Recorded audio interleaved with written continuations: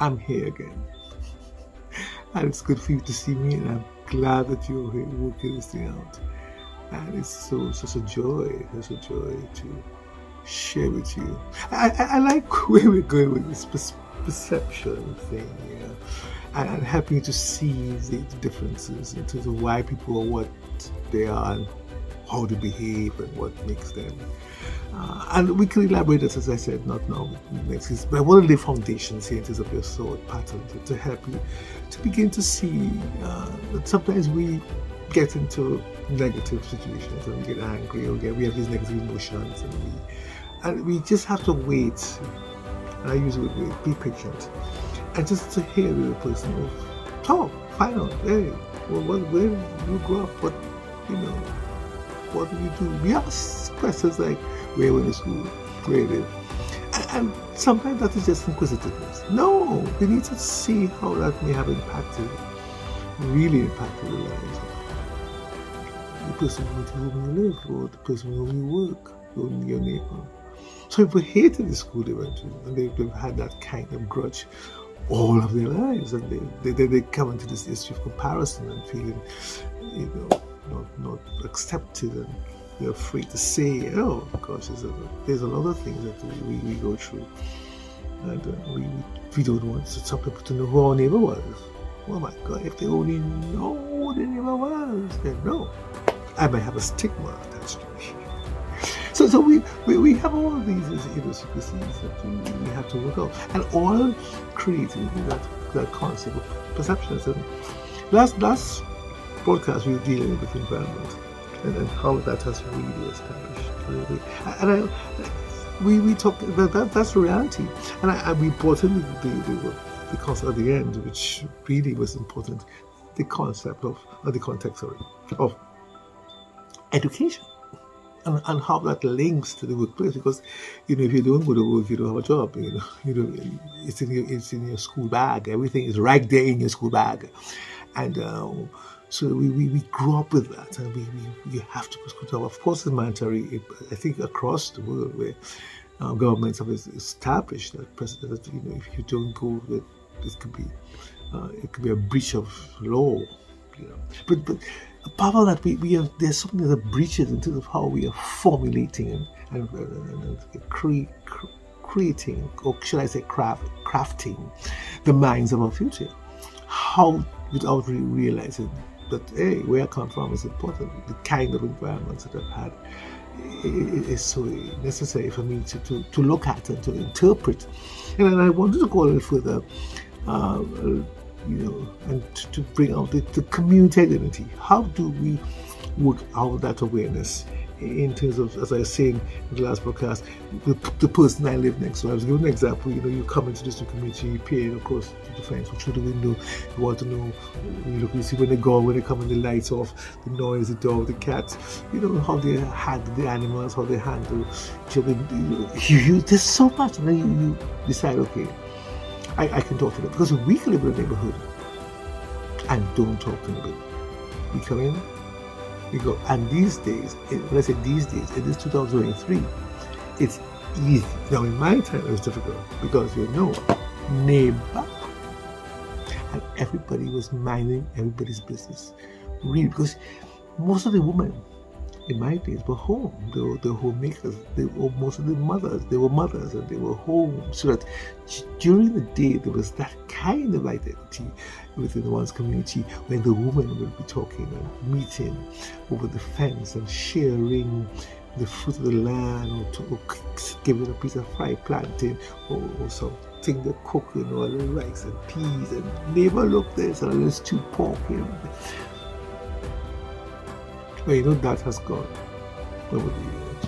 It's a concrete jungle. When everybody goes in and comes out, people leave early to work. Nobody's working in the community. Nobody's working at home, basically. So we're going out. And not just the husbands. In my days, the husband went, no, everybody. Because of the issue of the feminist movement over the years, and more so the identity of equality that the women are off now. So that who's home? The dogs, the cats, the animals.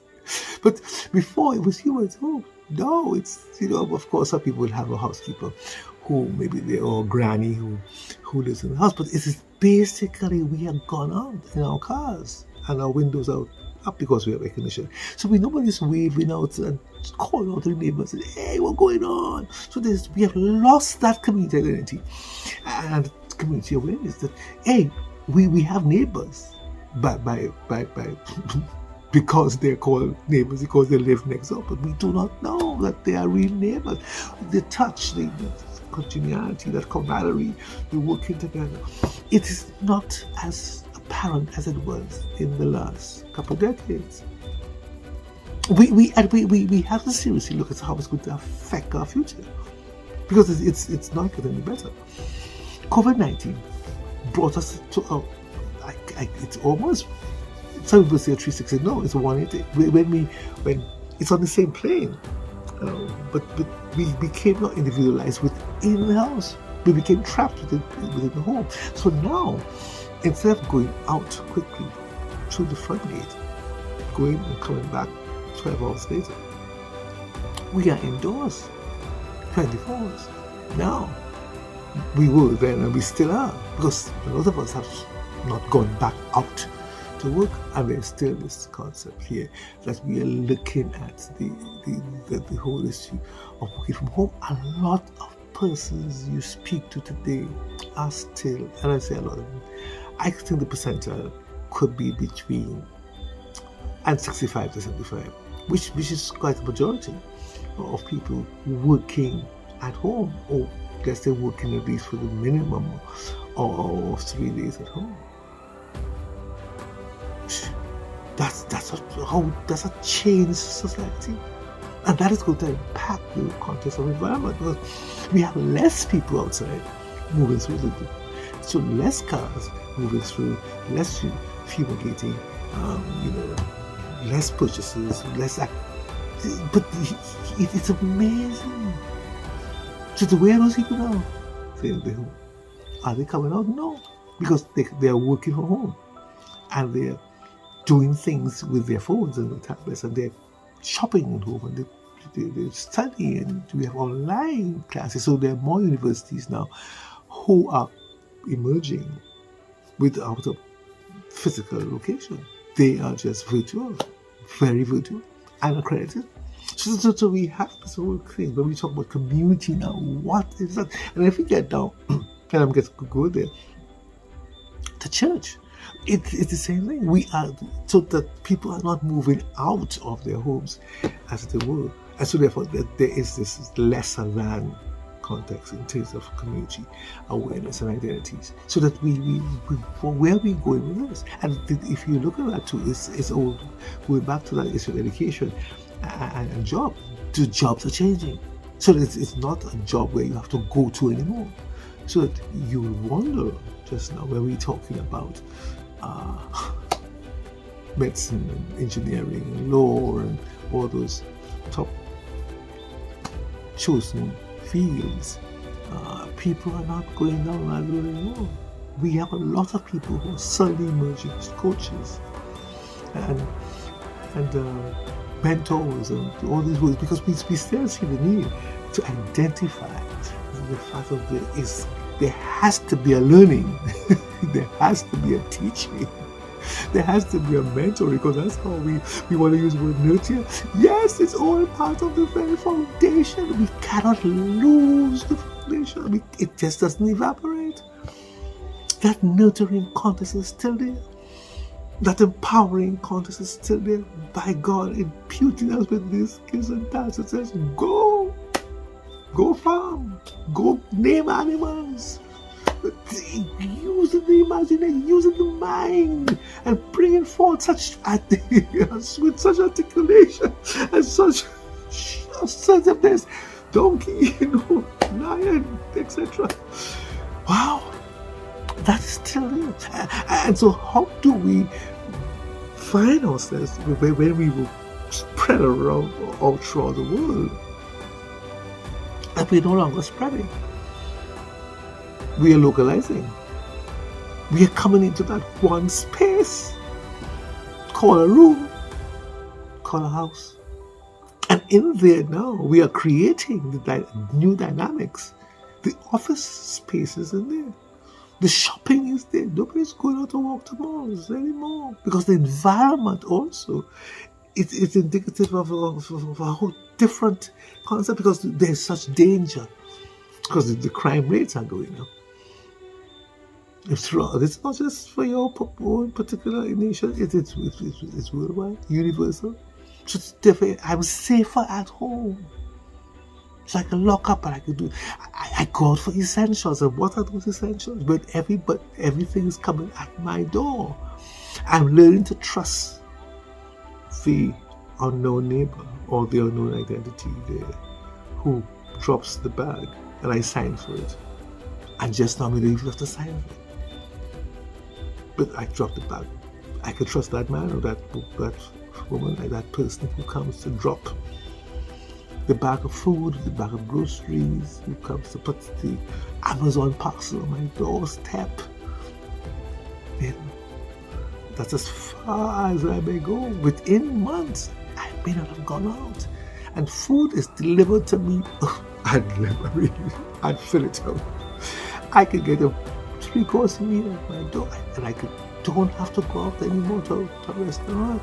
And so that all these things are being affected so that we could have an economic crisis soon in terms of all the financial instabilities are going to be real within establishments. Because who's going to come out? Who's coming out to eat? And then we have something called inflation because we got, prices are going to rise to accommodate the fall somewhere. So you realize when we're talking about the environment and when we talk about education and we come down to community, it's very real that we have to attend to how it's impacting us and where it is taking us and how we are being taken as a matter of where we're going, where are we going. So we, in terms of this whole concept of community identity and awareness, how do I fit and where am I fitting? Where am I going to fit?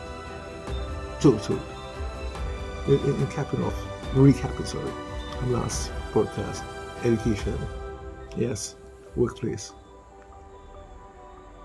That's where my 12 hours are. Now, as I said yesterday, it's 24 now because that is not going out anymore, that's inside. But yet, there is that individualism building and surfacing within the home because everybody is in their own little space. The student, the worker, the employee. So there's still that context of really finding how do I fit and where do I fit and how am I willing to work out this difference differently. So we have to realize that within that space now we are going to be faced with a lot of perception in how and why, because we even though we may be in the home for those 24 hours, we're not going out for the 12 hours from 7 to come back at 7 or from 8 or 6 to come back at 6. No, we are home. But yet we have been so individualized in terms of creating. Are we connecting? So are we building a community? Because what we're doing, we realizing that even though we have opportunity for cohesiveness, because there are other people now at home. Yes, even where I talked last podcast about the house being empty. But through COVID-19, the house is now full. And for now, in 2023, it's only half full maybe. But I am still creating my own identity. I'm still trying to define how I do what I do by myself.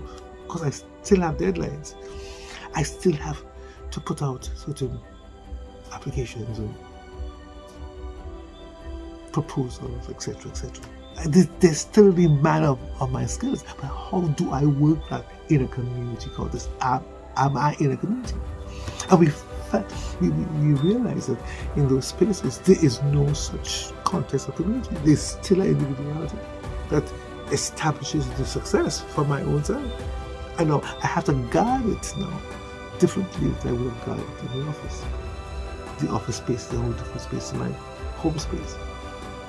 And so that what's happened to us in 2030, 2050? Where are we going to be? And if I may throw line here for AI, whew, that's a whole different. And one of these days, I know somewhere between now and next year, I have to be addressing these two letters publicly, but not for today. No.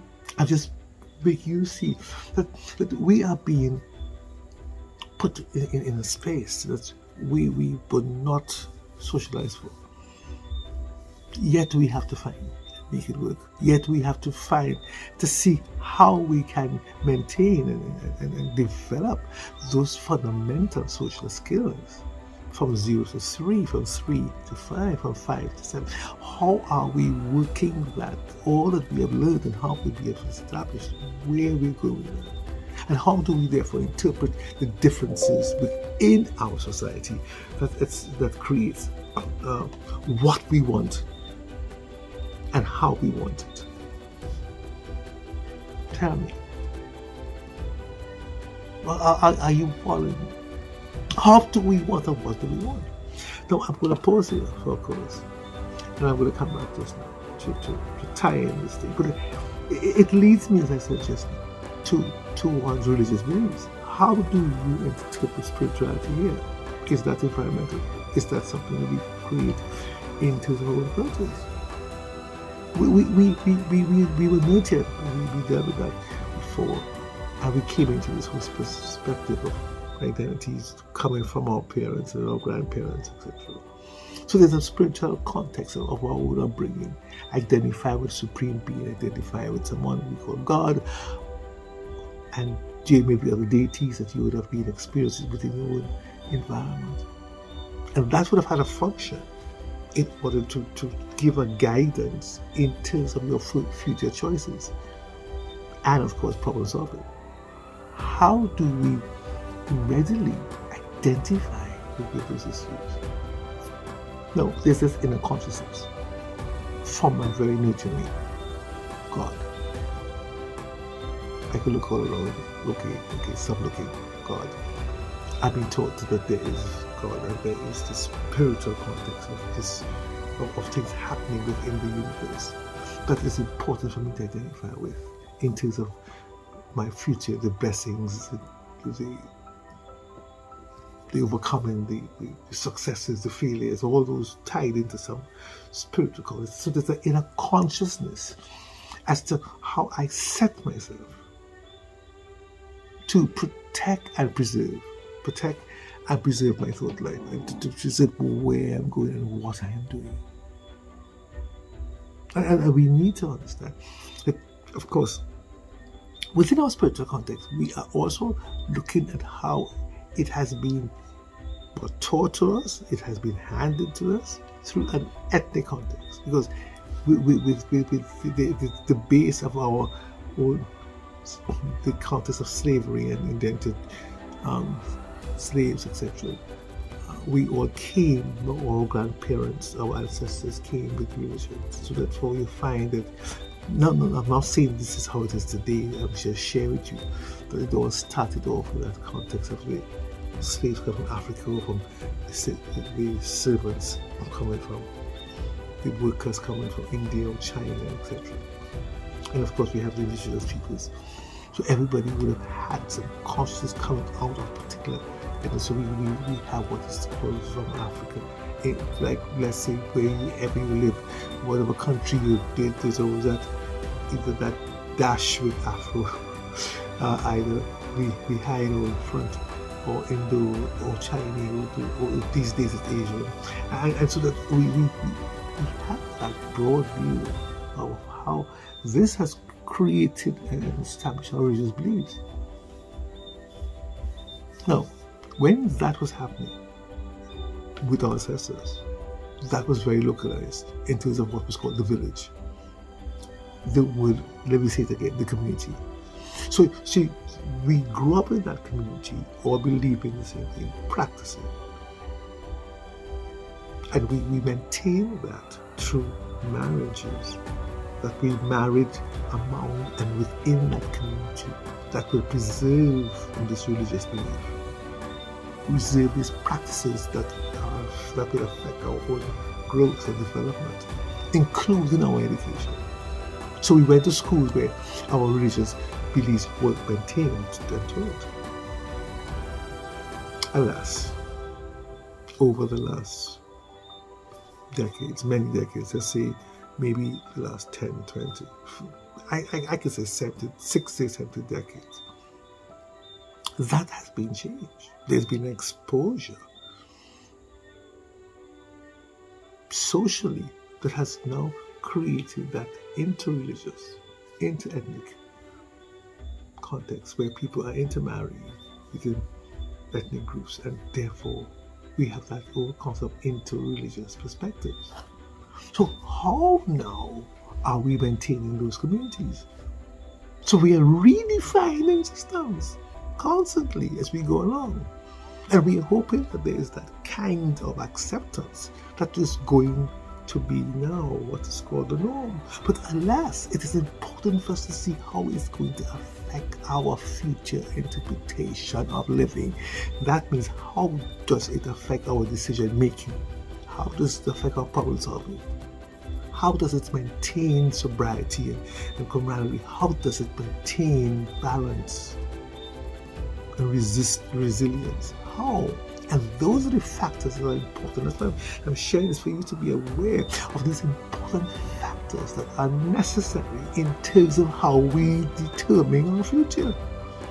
So that I can say that it is going to come down to what we interpret in research context of ethics. What it is that is important for me to define as a boundary that is not going to cause you to feel that you are on the other side of the world. And that's why we have this issue now, or rather I shouldn't say with issue, we have this drive in terms of equity and inclusion. Because we want people to find their space. But how is it necessarily going to impact change? And bring that stability within our society. And I want to come back to that word. What communities are we identifying with that are going to be progressive and cause us to define ourselves within this whole spectrum of transitions, cultural, traditional, spiritual? How do we, and of course, educational. So it's important for us to keep very focused, not just on where we're going, but on where we've come from. Because see, those are icons that have forged our very thought. And as I said in the last two podcasts, we have to look at how those phenomena has created particular mindsets. We call that education. It is education. It is knowledge coming towards us that has brought us into this field where we can determine the who and why of our tomorrows. So when we are using words like community, we have to be careful of how we are interpreting the very foundation of those communities and how we have seen the transitions over the years and what it means for continuity in terms of, may I repeat, balance, sobriety, progression, progressiveness, peace, resilience. Those are the important factors where we talk about where we want to be and who we want to be and how we are. We are not islands in the sun. We are connected one with the other. And how do we interpret that? Intelligently, yes, but we have to see the bigger picture and how it is forming and forging what we do. So let me cap off here. I realize that this conversation, I'm going to go on, we're going to have a couple more thoughts on this in our next podcast. But for now, please don't just use words, don't just talk, and throw things around. Be conscious that we are dealing with a very interesting fact of how we ourselves are to define and create and craft our future, which seems to be under attack by this community. Not this, but this GIS. We are fragmenting, and we have to learn how to bring that back into the wholeness. So, plenty to think about. Do put something, a comment where you're viewing the thing. Put some comments. I want to hear from you. I want to see what you're saying, what you're not saying. Do you agree? Am I misleading you? Am I creating more conversation? Please write something. Dr. Naya saying, have a good week. God bless you.